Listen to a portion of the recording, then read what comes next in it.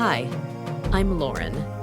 Sharing this story feels incredibly vulnerable, but I believe putting it into words might help me process it.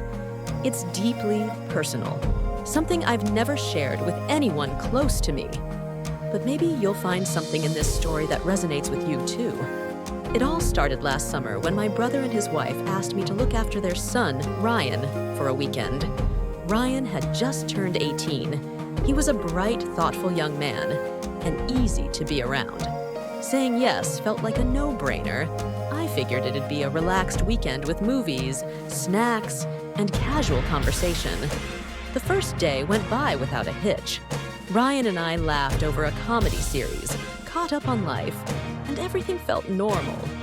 But little did I know, the next day would bring a shift I never anticipated.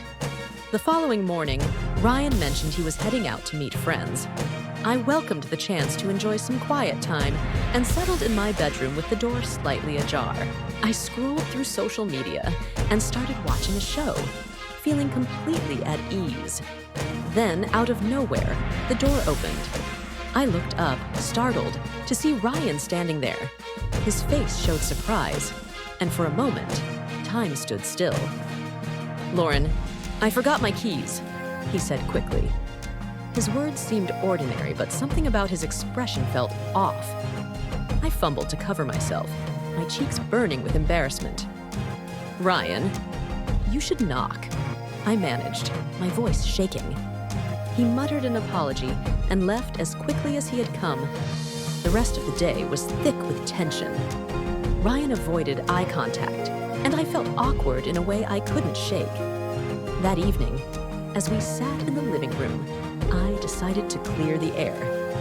"Ryan," I began cautiously, "about earlier. Let's just forget it, okay?" He interrupted.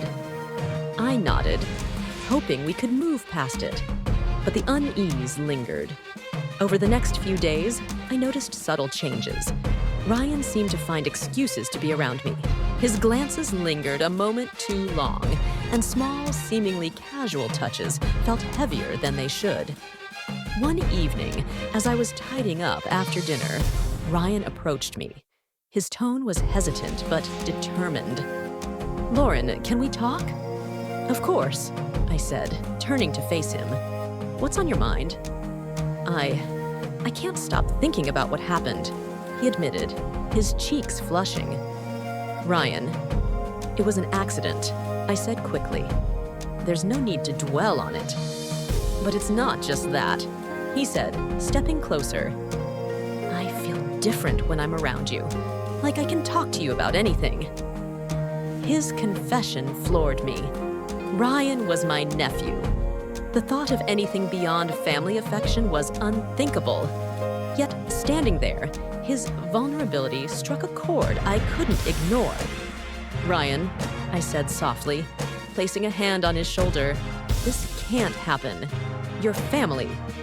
"I know," he replied, his voice cracking, "but I've never felt this way before." That conversation was supposed to set boundaries, but the tension between us didn't disappear.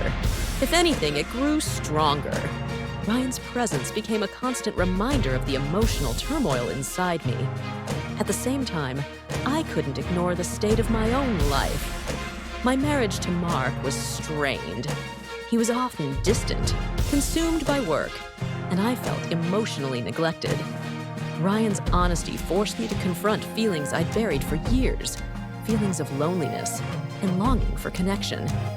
One evening, after Mark left for another business trip, Ryan texted me, "I need to see you. I just need to talk." I hesitated, but eventually agreed. When he arrived, his expression was serious. "Lauren," he began, "I know you said this isn't right, but I can't stop thinking about you. You make me feel understood in a way no one else does." "Ryan," I said firmly, "this isn't about what we want. It's about what's right." "Then why does it feel so real?" he asked, his voice laced with frustration. I didn't have an answer. I only knew that crossing any line would change everything forever. Over time, Ryan and I found a way to maintain a meaningful connection without crossing boundaries.